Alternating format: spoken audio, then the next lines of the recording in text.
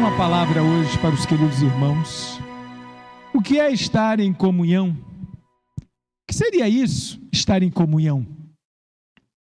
Como é que a gente poderia definir estar em comunhão? Em Atos capítulo 2, verso 42 até o verso 47, diz a palavra do Senhor assim: e perseveravam na doutrina dos apóstolos e na comunhão, no partir do pão e nas orações.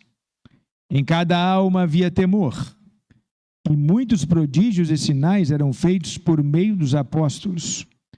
Todos os que criam estavam juntos e tinham tudo em comum. Vendiam as suas propriedades e bens, distribuindo entre todos, à medida que alguém tinha necessidade. Diariamente perseveravam unânimes no templo, partiam pão de casa em casa e tomavam as suas refeições com alegria e singeleza de coração, louvando a Deus e contando com a simpatia de todo o povo. Enquanto isso, o Senhor lhes acrescentava dia a dia os que iam sendo salvos. Deus e Pai amado, soberano Senhor, lemos a Tua palavra. Este é um texto clássico de Atos, do início dessa igreja, de como começou essa igreja, quando e como começou essa igreja.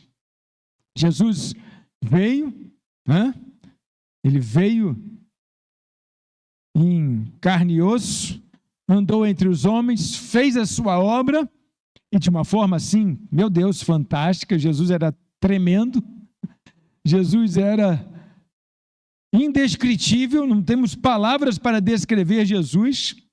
Ele faz essa obra e deixa discípulos, e deixou muitos discípulos, não deixou poucos discípulos não, e esses discípulos aguardam, e esses discípulos esperam, e as promessas acontecem, a promessa da vinda do Consolador acontece, e a obra começa, e esse aqui é um dos primeiros relatos da igreja, um dos primeiros relatos de como viviam os crentes. Como viviam, não eram nem chamados de crentes ainda, e nem nessa época, nem chamados de cristãos ainda. Como viviam aqueles que haviam acreditado na promessa do Cristo, que estavam nessa dispensação, nessa nova dispensação.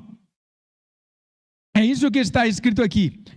E perseveravam na doutrina, perseverança, uma característica da igreja do primeiro século.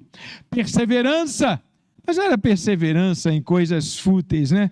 Era na doutrina dos apóstolos, nos ensinamentos dos apóstolos, na comunhão, que nós vamos falar hoje, no partir do pão e nas orações.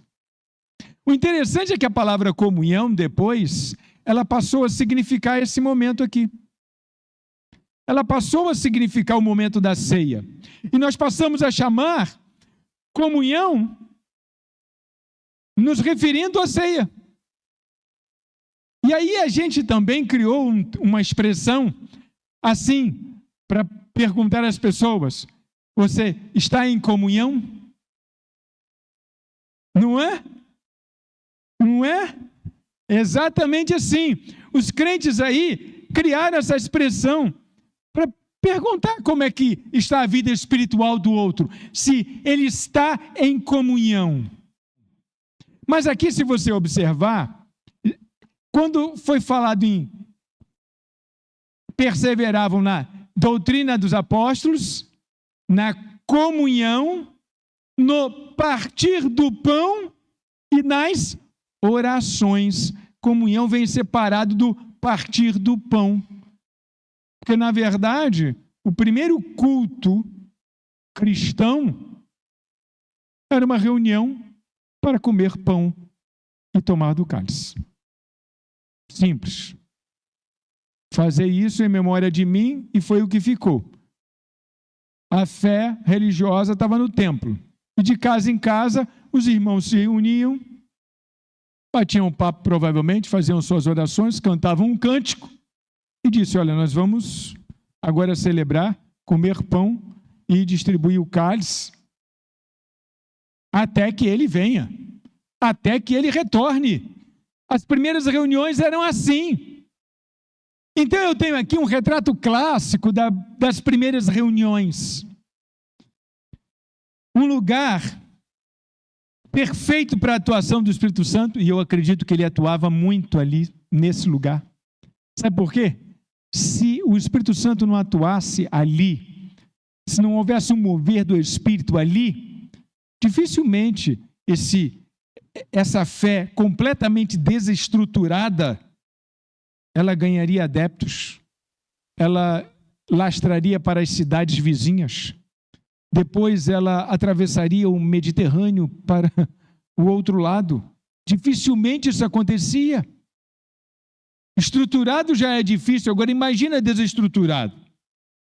Imagina sem uma liderança forte. Nesse dia aqui, eles viviam basicamente em rede, basicamente porque eram todos dentro de um mesmo nível. Estavam apenas reunidos naquela casa, naquele lugar, para cear.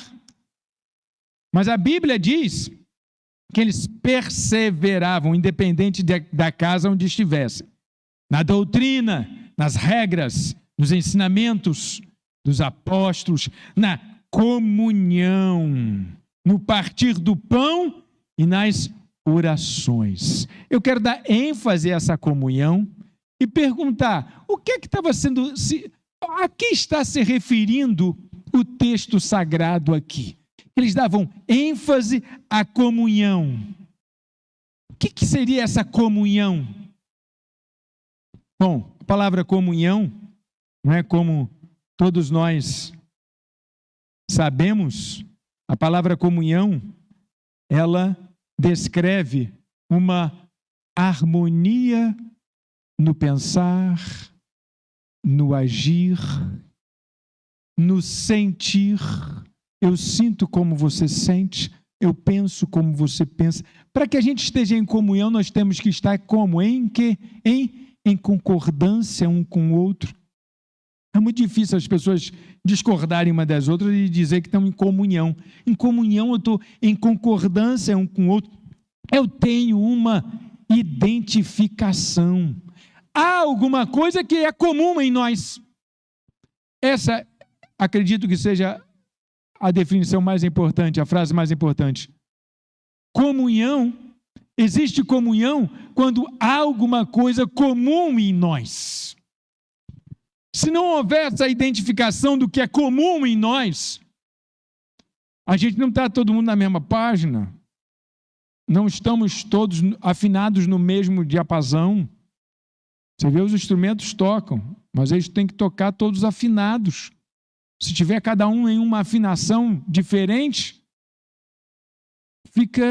a gente sente um som estranho na música. Então isso é comunhão. É estar todo mundo junto. É quando o irmãozinho, tem uns irmãos que gostam de olhar para mim e falar assim, pastor, estamos juntos. Eu acho que ele está falando assim, pastor, estamos em comunhão. Estamos juntos. Estamos na mesma página. Estamos contigo. Parece que isso é um jeito moderno de dizer, estamos em comunhão. Estamos juntos. Mas eu não quero usar essa expressão aqui, não, só estou me referindo. O que eu quero dizer é que o negócio estava indo tão redondinho, que havia muitos prodígios e sinais no meio dos apóstolos, outras pessoas chegando, igual o relato aqui, ó. Olha só o que eles faziam, vendiam as suas propriedades e bens, distribuindo entre todos, à medida que alguém tinha necessidade. Irmãos, só onde existem santos isso pode acontecer. Diariamente perseveravam unânimes no templo. Eles não deixaram de ser judeus no primeiro momento, não. Eles estavam no templo. Diante do Senhor no templo, diariamente perseveravam unânimes no templo, partiam pão de casa em casa e tomavam as suas refeições com alegria e singeleza de coração. Eram simples, louvando a Deus e contando com a simpatia de todo o povo. simpatia de todo o povo. Ninguém ficava alfinetando. Vocês não aceitaram ele? Vocês não prestam mesmo, não. Tá. Vocês deixaram. Vocês fizeram vista grossa para o que aconteceu? Então. Não. Eles gozavam da simpatia. Eram diferentes, mas gozavam não agrediam. Eram diferentes, mas não agrediam. Gozavam da simpatia de todo o povo. Olha que coisa interessante. Às vezes eu vejo crentes tão amargos, irmãos, falando umas bobagens da vida alheia, que ele não tem nada com isso, perdendo tempo ao invés de pregar Cristo ressuscitado, fica falando mal do que as outras pessoas pensam. Quando eu me converti ao Evangelho, minha família não tinha nada a ver com o Evangelho. E falas como estas, que denegriam a fé dos outros, muito afastou a gente, muito nos afastou de olhar a igreja com simpatia, de olhar a igreja com uma possibilidade da gente um dia visitar aquele lugar ali. Mas o interessante é que quando essa igreja começou, apesar deles estarem pregando Cristo, falando de Cristo, gozavam da simpatia de todas as pessoas. Simpatia de todos. Enquanto isso, o Senhor lhes acrescentava dia a dia os que iam sendo salvos. É Deus que trazia. Era Deus que trazia. Deus é quem trazia. E esse negócio, gente, tu imagina estar numa igreja dessa, como é que era? Que pressão você sentia para ser bom também. Porque quem era mais ou menos, né, meio barro, meio tijolo, como é que poderia se sentir nessa igreja? Como é que se sentiria nessa igreja quem é mais ou menos assim? Me diz como é que uma pessoa dessa se sente num lugar desse. Se sente pressionado a quê? Se sente pressionado a ser bom também. Desse jeito, irmãos. Você sabe por quê? Vou explicar a você por quê. O social, ele pressiona. Se você tiver várias pessoas se comportando de um jeito, esse jeito de se comportar pressiona a minoria. A maioria pressiona. Sempre pressiona. Se todo mundo faz assim, por que você vai fazer assado? Tem que fazer assim também. A maioria pressiona. E agora você imagina um grupo onde a maioria servia ao Senhor com alegria, a maioria vendia as suas posses e entregava para os apóstolos, a maioria mandava a cesta básica quando enchia de água lá, enfim, onde a maioria era solidária. Imagina um lugar desse, onde a maioria fazia assim. Como é que você fica num lugar desse? Como é que uma pessoa que não pensa exatamente assim fica num lugar desse? Pois é, infelizmente, em pouco tempo, essa igreja santa, maravilhosa, que pensava desse jeito, que agia desse jeito, que estava em comunhão, que todo mundo estava na mesma página, em pouco tempo, começou a haver pessoas que não estavam exatamente na mesma página. Começou a haver pessoas que não estavam exatamente em comunhão. E aí eu vou ler aqui uma parte interessante. Olha só um relato de um José. Atos capítulo 4, versos 36 e 37. Uma dessas pessoas que trouxe tudo, diz aqui, ó. Então José, a quem os apóstolos chamavam de Barnabé, que quer dizer filho da consolação, um levita natural de Chipre, vendeu um campo que possuía, trouxe o dinheiro e o depositou aos pés dos apóstolos. Vendeu um campo e depositou aos pés dos apóstolos. Mas isso era normal. Diz lá na passagem anterior que eles estavam fazendo isso. Até aí não tem problema nenhum. Eles estavam fazendo isso. Não vamos entrar nos detalhes dos porquês, do contexto, mas isso estava acontecendo neste grupo. Só que como essas pessoas, essa igreja, ela começa assim, né, com essa áurea de perfeição, mas em pouco tempo, algumas coisas começam acontecendo, que nem todos agora estão juntos, mas estão pressionados. Nem todos estão juntos, mas sentem a pressão social. E aí, logo após essa passagem, imediatamente depois da oferta de José, que era chamado de Barnabé, natural de Chipre, que era um levita, após ele fazer isto, vem uma outra passagem de uma outra pessoa fazendo mais ou menos a mesma coisa, mas com uma diferença. Com uma pequena diferença. Não estava em comunhão. Atos 5, verso 1 a 5. Entretanto, um entretanto é uma palavra que diz que agora nós vamos mostrar aqui uma situação diferente da que nós falamos anteriormente. Entretanto, certo homem chamado Ananias, com sua mulher Safira, vendeu uma propriedade, mas reteve uma parte do dinheiro. O outro deu tudo, esse reteve uma parte do dinheiro. E Safira estava ciente disso. Levando o restante, depositou aos pés dos apóstolos. Então Pedro disse: Ananias, por que você permitiu que Satanás enchesse o seu coração para que você mentisse ao Espírito Santo, retendo parte do valor do campo? Caramba, Pedro já sabia. Não é verdade que conservando a propriedade seria a sua? E depois de vendida, o dinheiro não estaria em seu poder? Por que você decidiu fazer isso? Fazer uma coisa dessas?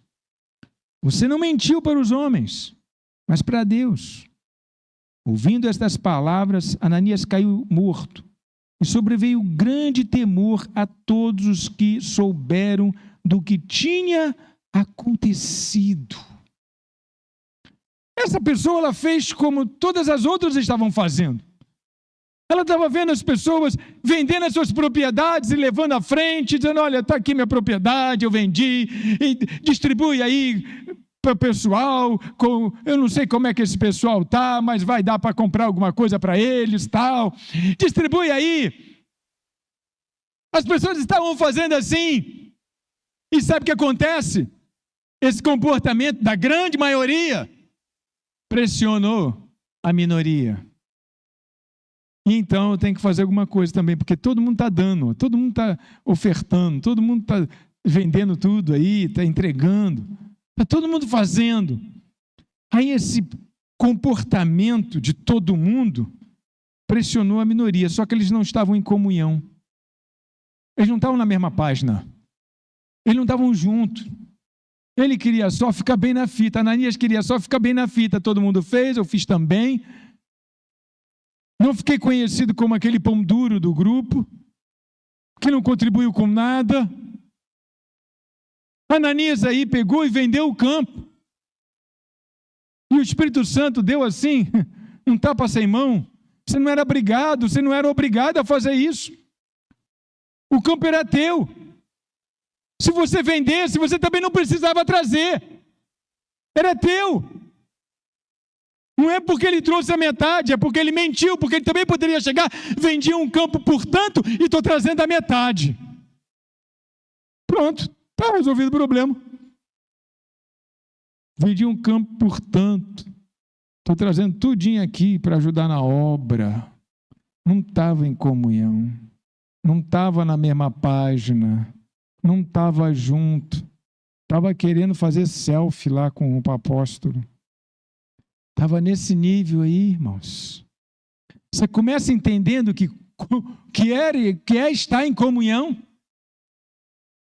é ter coisas em comum, é ter crença em comum, é ter visão em comum. Ele não estava na mesma visão. Ele não tinha a mesma crença. E aí, ele morre, depois a mulher dele vai aparecer desesperada, também como um acordo, não estava na visão também. Morre também. Eu não quero explorar essa morte aqui desses dois. Eu quero falar sobre comunhão. Eu quero falar para você o que é comunhão. Porque daqui a pouco a gente vai celebrar a comunhão. Aquilo que nós chegamos e dizemos assim, vamos chamar de comunhão. Mas aí, esse foi assim um primeiro problema logo de cara. Não parou por aí. Outros problemas começaram acontecendo também. De outras pessoas que não estavam em comunhão. Mas estavam no grupo. Estavam no grupo por suas próprias convicções. Estavam no grupo porque queriam outras coisas. Estavam no grupo pelas suas conveniências. Você há de convir que um grupo sempre me traz alguma conveniência. Ou proteção, ou alguém que eu estou interessado, ou negócios que eu posso fazer. Um grupo sempre me traz conveniências. Então, aí, andando mais um pouquinho para frente, e aí o que é que chega? Chega uma outra situação em que João precisa chamar a atenção da igreja. E que o apóstolo João vai chamar a atenção da igreja. E aí você vai ver lá, em 1 João, a mensagem que dele ouvimos e que anunciamos a vocês é esta: Deus é luz e não há nele treva nenhuma. Meus queridos, será que há necessidade de eu dizer isso aqui dentro? Que não há em Deus treva nenhuma? Pois é, uma vez, há muitos anos atrás, muitos séculos atrás, na vida da igreja, precisou que um líder dissesse isso. Não há nele treva nenhuma. Alguém tem alguma dúvida disso? Era necessário que fosse dito. Deus é luz e não há nele treva nenhuma. Se dissermos que mantemos comunhão com Ele e andarmos nas trevas, mentimos e não praticamos a verdade. Essa é a questão. Se dissermos que mantemos comunhão com Ele e andarmos nas trevas, era o que o Ananias estava fazendo. Estava dizendo que estava em comunhão com Ele, mas estava andando na verdade dentro da igreja e nas trevas. Não estava na luz. Trevas. Se dissermos que mantemos comunhão, estamos em comunhão com Ele e andarmos nas trevas, mentimos e não praticamos a verdade. Isso foi preciso dizer na época de João, o evangelista. Gente, tão cedo na história da igreja, a igreja já tendo que ser explicado que Deus era luz, e que andar nas trevas é não andar em comunhão. Se andarmos na luz, como Ele está na luz, mantemos comunhão uns com os outros, e o sangue de Jesus, seu Filho, nos purifica de todo o pecado.